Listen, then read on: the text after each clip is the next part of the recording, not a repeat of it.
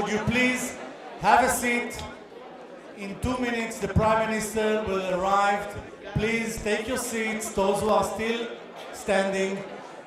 And please turn off your mobile. Thank you.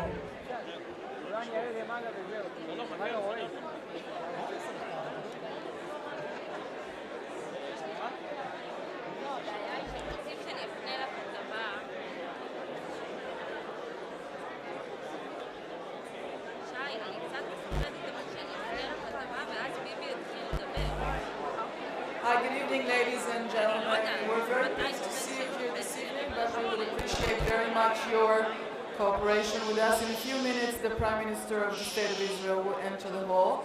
So at this time, we urge you to take your seats, turn off your mobile cells, whatever you hold there in your pockets or bags, please. Put them on quiet mode for us.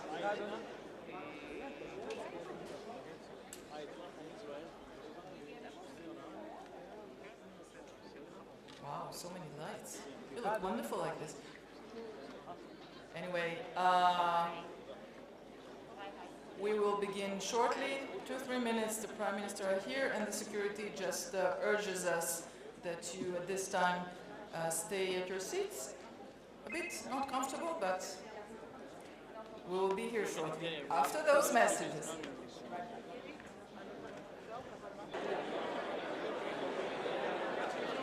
Cagamos.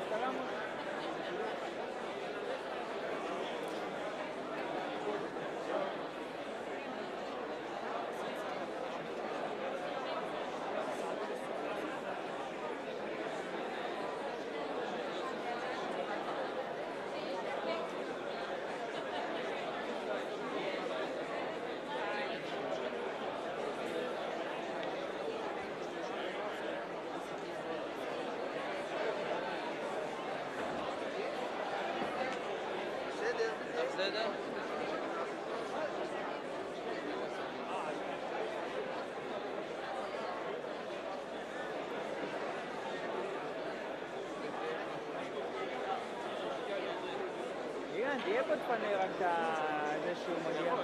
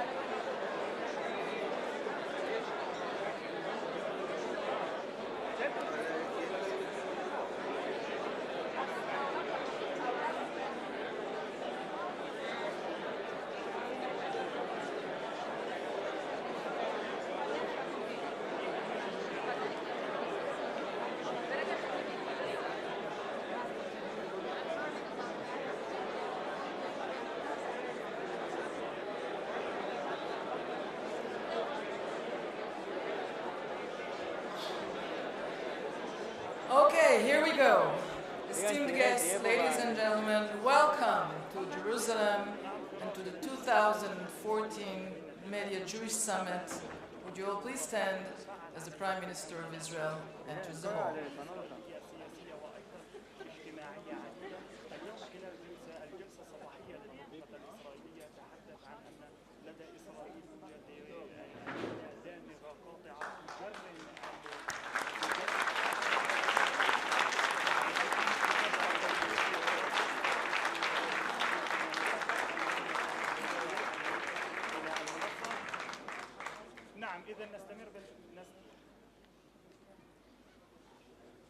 Good evening, Prime Minister. ערב טוב, אדוני ראש הממשלה, תודה שאתה מכבד אותנו בנוכחותך. In this room tonight, we have the pleasure of hosting many of the top Jewish reporters, editors, and publishers from around the world. Over 100, in fact, who have made their way from near and afar just to take part in this exceptional gathering. So thank you all for coming, and I really hope you will have a very, very satisfying few days that you're going to be here in this summit. And now I'd like to ask the chairman of the board of directors of the Jewish National Fund, Mr. Effi Stenzler, to greet you all.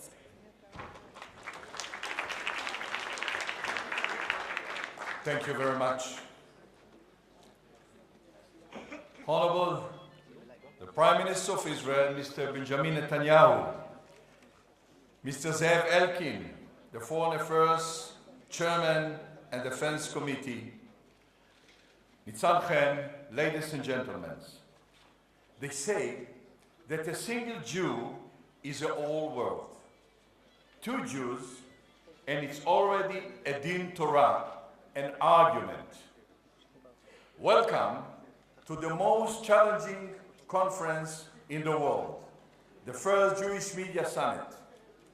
Writers and editors covering events in Israel and the Jewish world is truly a difficult challenge, especially for the Jewish media. I don't need to tell you about elements in the world whose whole purpose is to deride and mock Judaism. We have lived with this for hundreds and thousands of years to combat it. We have developed the world's best weapon, the Jewish humor. I don't need to tell you about elements whose whole purpose is to delegitimize Israel. We are exposed to violent attacks on a daily basis. To combat this, we have developed evidence, technology, and science, environment, culture, and the free world values. I don't need to tell you how it's possible to distort reality through the use of hostile media that present facts in a biased manner, taken completely out of context. Just look at the apathy with which the international media relate to the abduction of 3 boys from Gush Etzion.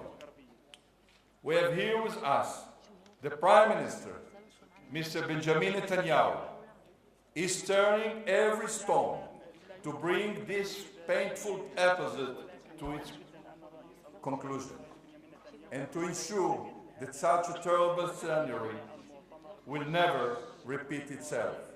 Thank you, Mr. Benjamin Netanyahu. A fair press will help us in this battle. We need you. It's for this purpose that we have gathered here in Jerusalem, Israel's capital. My friends, Keren Kayemet Israel JNF is the front line of the battle over Israel's legitimacy. We are subject to criticism and violence at every one of our conferences in Europe and throughout the world. At the latest conference we held this year in Paris, for example, the French police had to create 3 lines of security, policemen, etc., etc. We didn't ask for this. It happens because of the circumstances. We are defined as the face of Zionism and the realization of the rebirth of the Jewish people in the homeland in Israel. However, is disturbed by the existence of Israelis attacks Keren Kayemet Israel JNF. They know about us, they know about the land purchase, and about the communities that arose on those tracts of the land. They know about what we are doing in the Negev and Galil and making Israel nicer and flourishing. And to the end, what I will tell you here, you will see in a couple of days in your own eyes, in a tour of Israel for 2 days that we are trying to show you. I would like to add and to say, Toda Rabba, thank you for coming to Israel. Thank you very much for what you are doing for the Jewish people, for the Jewish state, for all of us. Thank you very, very much. בהצלחה, ערב טוב ולכולם. Thank you very much, Effie. And now I am very honored and pleased to welcome to the stage the Prime Minister of the State of Israel, Mr. Benjamin Netanyahu.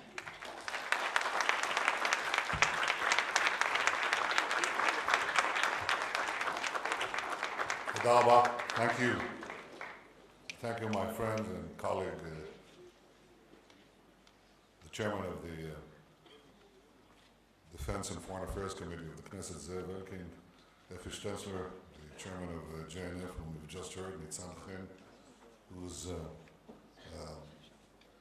organizing this event, and all of you, distinguished guests. So I have a question. How many of you speak English? Is there translation here? Yeah. How many of you speak Hebrew? Well, I'll tell you what, I'm going to say a few words in Hebrew,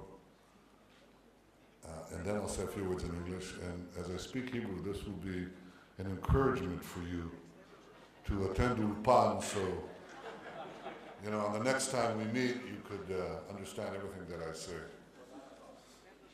תודה רבה. אני שוחחתי עכשיו עם פמי, אביו של מוחמד, שנפגע מההתקפה הרצחנית לגבולנו בגולן. האויבים של מדינת ישראל לא בוחלים באמצעים, גם לא בוחלים בלתקוף אזרחים, וגם בלהרוג ילדים, כפי שקרה הבוקר. והם לא מבחינים בין אזרחי היהודים והלא יהודים של מדינת ישראל. ואנחנו כעם, הלב שלנו נקרא על חטיפתו של כל נער ורציחתו של כל נער. ואני בטוח שאני מייצג את כולכם, שאני שולח את תנחומינו למשפחה הדואבת הזאת. We were attacked today on the Golan, and a 15-year-old child, youngster, teenager, was murdered. 9 days ago, 3 teenagers were abducted by Hamas. We're doing everything in our power to get them back safely to their homes. We don't like challenges. Israel is the most challenged nation on earth. And I think you'll discover this, but you'll discover something else on your visit to Israel. What you'll discover is the unique capacities of the Jewish people in the Jewish state to overcome adversity and to build a remarkable nation. I think Israel is a remarkable achievement. You'll discover that. You may already know that. And I think you have an extraordinary opportunity as representatives of the Jewish media to tell our story to the world, but first of all to our world, to our people. In 66 years, starting from a beachhead of a few 100,000, we've multiplied our population tenfold. Our economy has grown 100 times.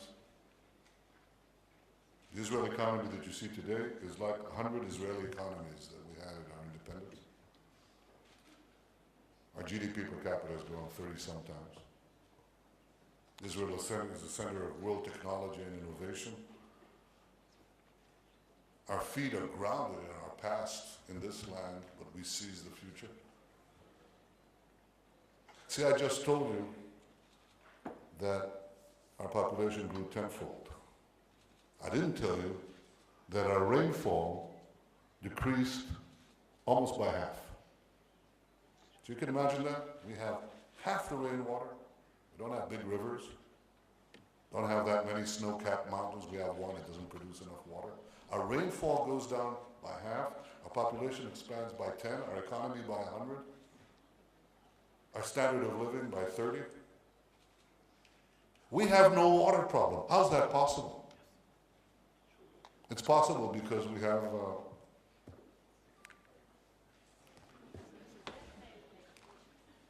I don't know that word. Sechel. Yeah. Tremendous innovation, tremendous technology. Israel is the #1 recycler of wastewater in the world. We recycle over 80% of our wastewater. The next one, Spain. People here from Spain. It's an important achievement, but 25%. You know, if I asked you which cow produces the most milk, you'd say a French cow, maybe a Dutch cow. This is all from the Mondial, you know. Well, no, on that one, Israel beats everyone. The Israeli cow produces more milk. You should see this cow. It's a computerized cow. Every move is recorded. There's a pill, a camera pill. You may have seen it. It goes, swallow it, goes through your digestive system, and you can find out what's wrong. That the next generation of pill already squirts the medicine where you have a problem. Then it comes out. You can imagine. Now that's for your digestive tract. What about the spaces inside your body that are not in the alimentary canal, the digestive tract? Well, now there's a tiny robot that they've developed, and it goes inside the cavity, and it gets to a blood vessel. See, the blood vessel may have split. Now that's not too difficult. You can now take glue, right, and glue it inside the robot. Except there's a problem. You can glue an elephant to the ceiling. There are glues strong enough to do that. But you can't glue two wet surfaces together. Well, we've solved that one too. This is Israel. Anything you use, your cell phones have a piece of Israel. The medicines that save lives, there's a piece of Israel in them. Salad you eat, there's a piece of Israel, although I'm the only one who doesn't like these round tomatoes, you know. They're Israeli tomatoes. This is Israel. This story has to be told. Israel seizes the future. Israel right now has about 7% of the world's cyber market. Cybersecurity, you know. You don't want people getting into your bank accounts, into your cell phones, for that matter, into your traffic system, or into the power plants of your respective cities. Israel has about 100 times more its share of this market than its size. That's Israel. And Beersheba is becoming the cyber capital of the Eastern Hemisphere. That's Israel. Startups, innovation, technology. Why? Because the Jewish people always ask questions. You said they always argue? Oh, I could argue with that. Of course we always argue. We always argue, we always inquire. That's our tradition. We argue with God, for God's sake. We seek to better the world. And not all of the world that receives our contributions, they don't always return in kind. And yet, we have been able to develop a remarkable state. And with all our achievements, looking into the horizon, we have to keep our feet on the ground, firmly planted on the ground. I don't mean just the physical ground, but I mean the ground of reality. Because if there's one thing we learned in the history of our people, it is that we have to identify danger in time and take action against it in time. When the Jewish people failed to do that, we paid a horrendous price, the most horrendous price that any people have paid in history, and we have learned that lesson. And as I look today around the world, and in our part of the world, I see three great challenges that we have to deal with. When I say we, it is not merely we here in Israel, but you who are uniquely situated to help in each one of these challenges, you and the Jewish media.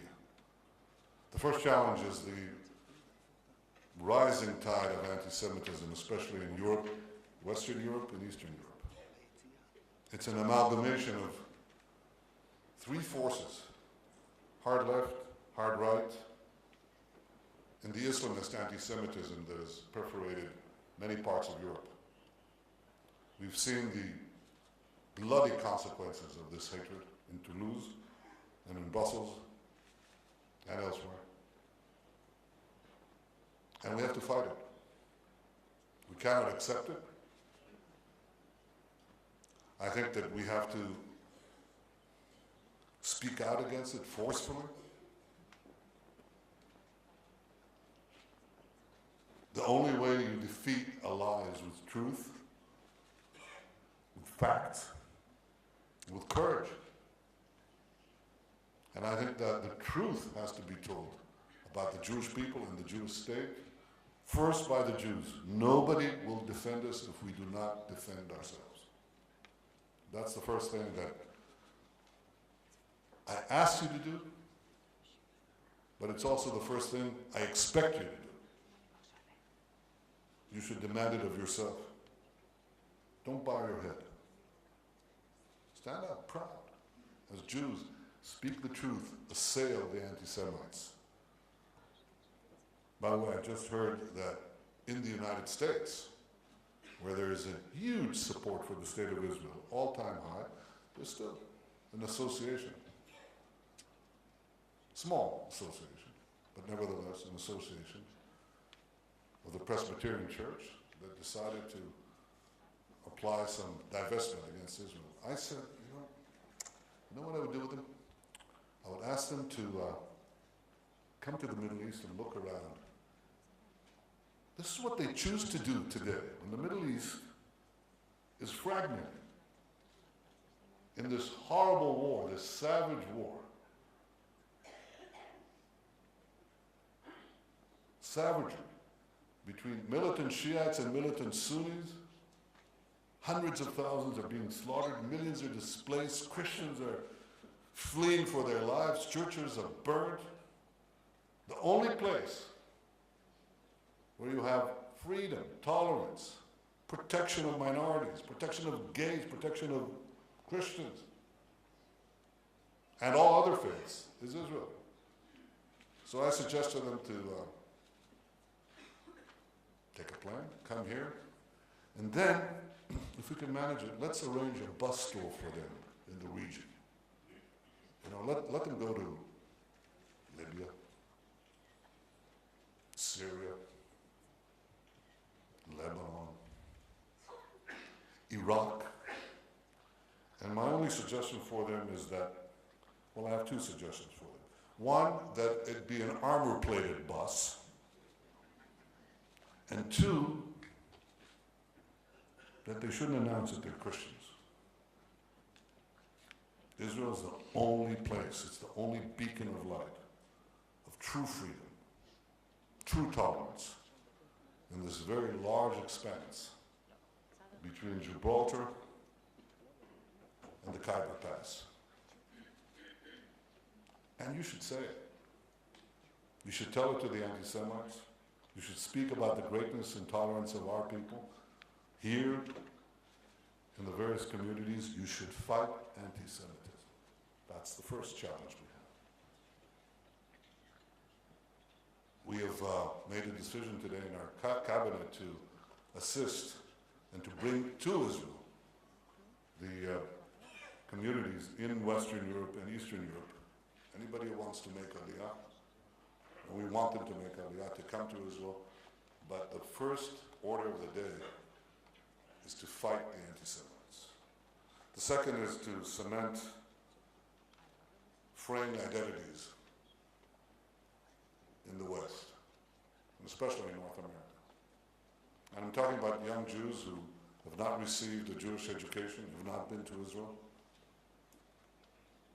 And that, I think, is important. We have invested in a government program to cement this identity. You can help in that in a big way.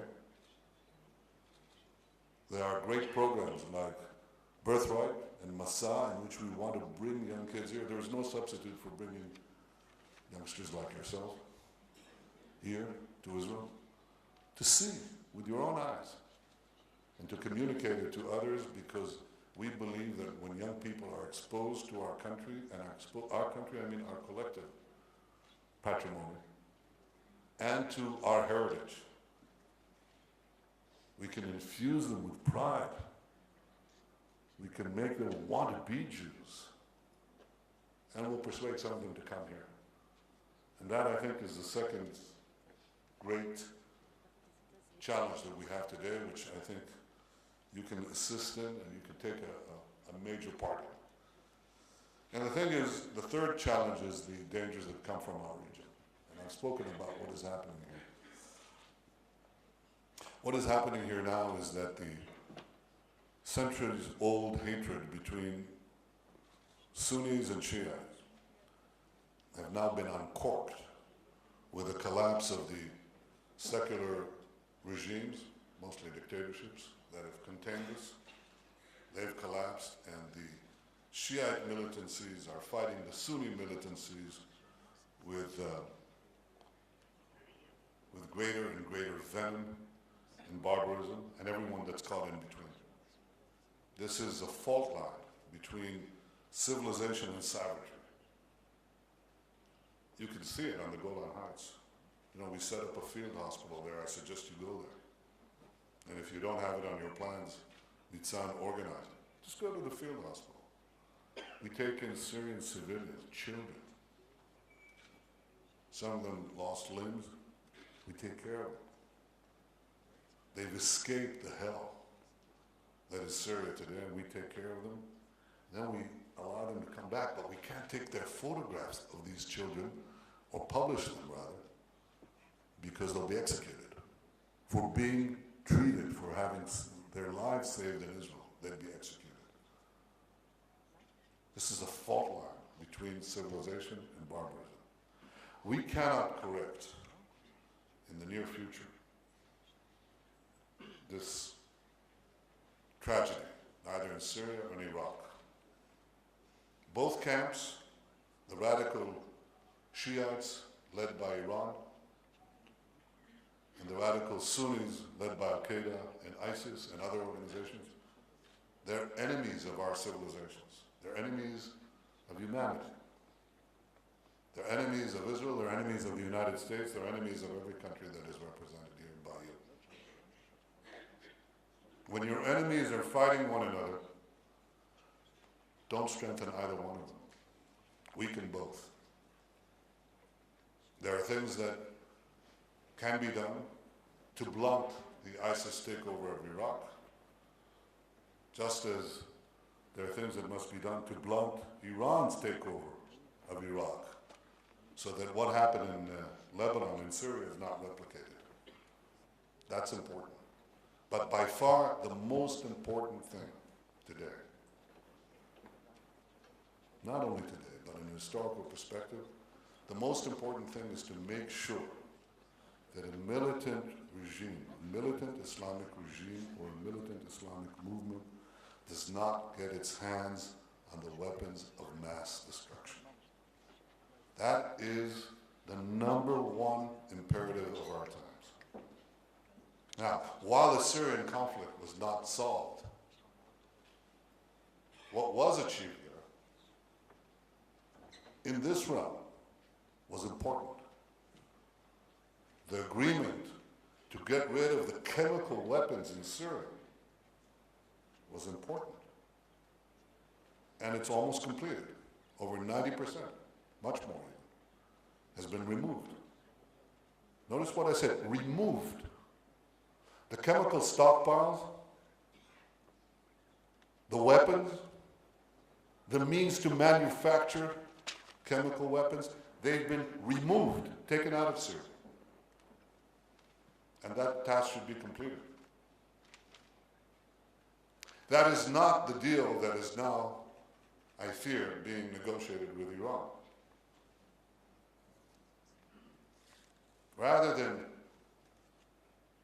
dismantle and remove, what is being discussed with Iran is to keep and inspect. Very different. In other words, most of the sanctions would be lifted up from Iran, and most of the capability would be left in Iran. Bad. Exceedingly bad. And exceedingly dangerous for the future of the world. Not only the region, not only Israel, the world. Iran is developing ICBMs, intercontinental ballistic missiles. They don't need it for Israel. They don't need it for attacking us. They're intended to attack anyone within thousands and thousands of kilometers of their range, and ICBMs have only one purpose: to have nuclear bomb warheads. It is the height of folly to allow one of the Islamist camps to have nuclear weapons. This will change history. It will be a pivot of history in a catastrophic way. That should not happen. If there's one message that needs to be put out today, it is: don't let Iran, on the sidelines of this conflict in Iraq, have nuclear weapons capability, because sooner or later, and it's sooner rather than later, we'll have a common cause. That could be. I give you these three challenges: the battle against anti-Semitism, the battle against loss of identity, and the battle to ensure that Muslims do not have weapons of mass destruction. Great challenges of our day, of Israel, but not only Israel. When we learn anything from history, it's that the anti-Semitic fires that begin with the Jews and spread to others and consume the entire society. These are the great challenges. The Jewish people have shown a remarkable ability to address challenges, especially since the rebirth of Jewish sovereignty. I believe that we can see our challenges. As we take pride in our achievements, we can see the challenges. We don't lower our heads, avert our eyes. We look at them and we address them. And when I say we, I include you in this collective. Because you're part of our people. You're here because you feel that connection. And I want you to transmit those feelings and those thoughts as you tour this country, as you see this remarkable land and this remarkable state where nobody argues with each other. But as we address each other, there's a tremendous bond and tremendous pride that we've been able to overcome the iron laws of history, rise from the ashes. I read recently a book, slender book. It's called The Lessons of History. It was written by a remarkable historian, American historian, Will Durant, who wrote, I think, 11 volumes that he called The Story of Civilization, documenting various civilizations. And then towards the end of his life, he wrote a small book with his wife, who happened to be Jewish, Ariel, The Lessons of History. What did he learn? So, you want the good news or the bad news? Well, I'll give you the bad news first. The bad news, he said, basically, if you read it, you glean one lesson, and that is that numbers count.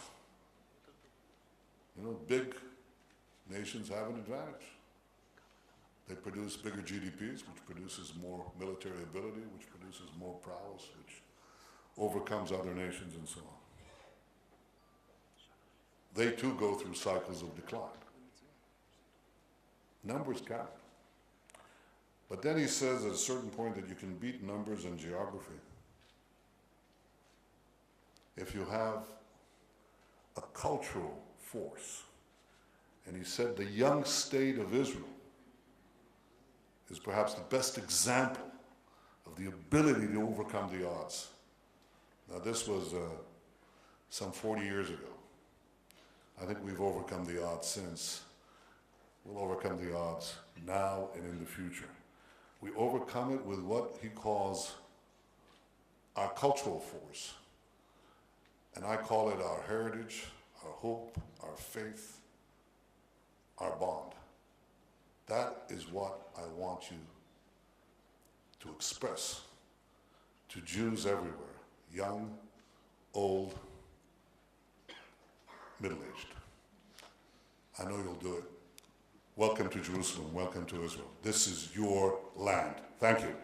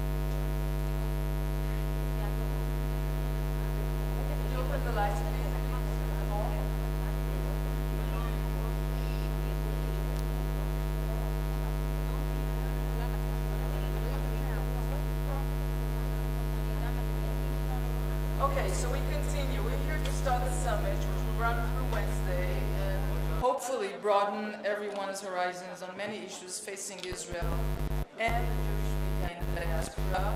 This was only the beginning. The briefing that you just heard from the Prime Minister is something we, the Israeli journalists, are doing almost every year. It's very important for our job here in Israel, and I'm sure it is very important for you too. We also wanted the participants to meet with the top Israeli leaders, different than the Prime Minister, and experience the country in ways they may not have before. Besides that, the Jewish world is changing rapidly. In the 21st century, we find ourselves more diverse than ever. From liberal to conservative Jews around the world, including here in Israel, are adopting new facets of Jewish identity while abandoning some of the old traditions. The media, of course, is in the eye of the storm, as usual. There are more opinions, more personal experiences, and of course, more stories for us to consume. The flip side is that it has contributed to the fragmentation of the Jewish world. One of the major questions we face is how we maintain our unity while at the same time be open to change. And there I managed to sneak in the subject for the first panel discussion tomorrow. You will have many of those, which are very, very interesting. But the first one engaged of the question, the role of Jewish media in maintaining Jewish life. So you get the idea. There is a lot to discuss, but this gathering is not only talk, no. Tuesday will be a day for trips where participants will be able to choose from 4 fascinating excursions. Nitzan, maybe 5? Maybe 5?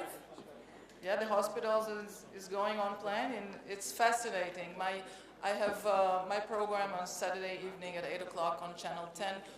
We've been there when the government and the IDF just opened this hospital, and believe me, it's amazing.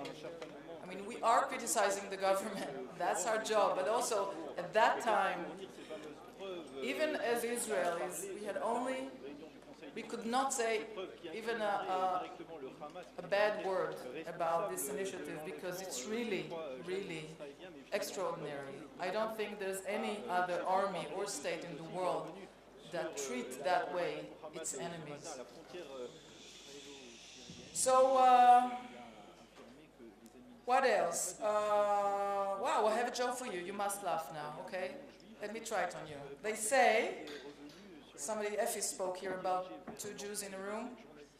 So you bring 2 Jews to a room and you have 3 opinions. So now just imagine what will happen if you bring 100 Jews to a room, journalist Jews to a room. Can you calculate how many opinions? Okay, you laugh, that's Jeremy. That's his joke.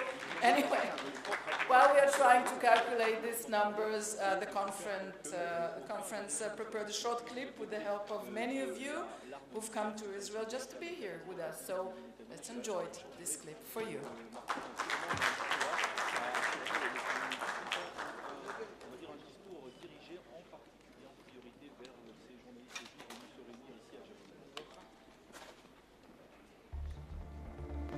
Israel is a most definite asset to my work. Whether a Jew is religious or not, affiliation with Israel is a surefire way of maintaining that affiliation and remains an asset to universal Jewish unity. Thank you.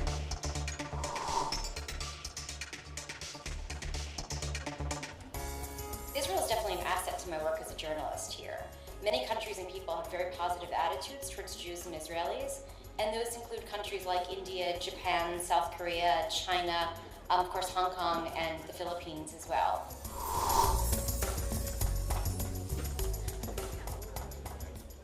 Something magical happens here, so I have no doubt that the state of Israel is an important thing to keep open the access to the holy sites. We already work with Israeli journalists, so I think it's an asset. Working with them, we can understand better what is happening in the country and in the Middle East in general. Israel is neither an asset nor a burden for my work as a journalist. And I really believe that neutrality is a myth, especially when it comes to Israel.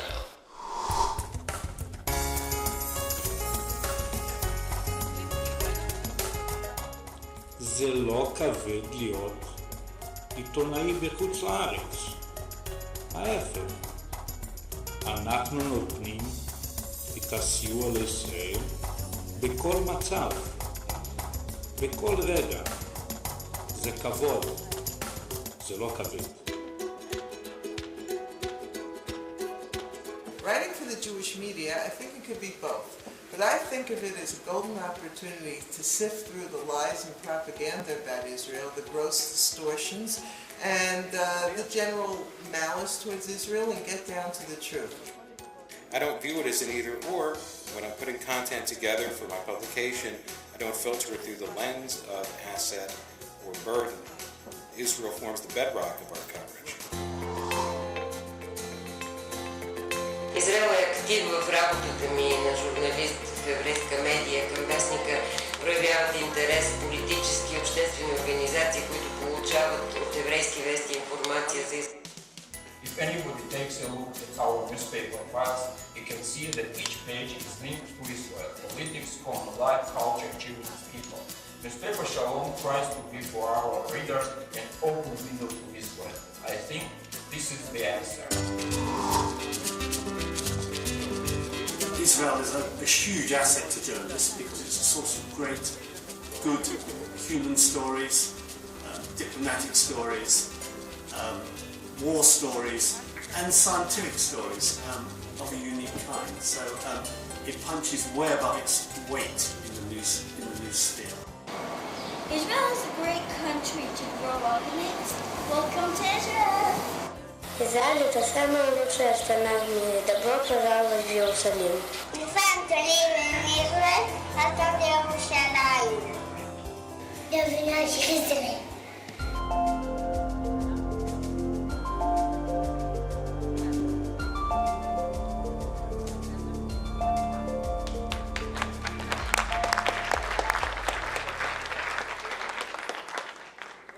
Okay, just to continue with those beautiful kids, I would like to introduce you one of Israel's up-and-coming musical talents.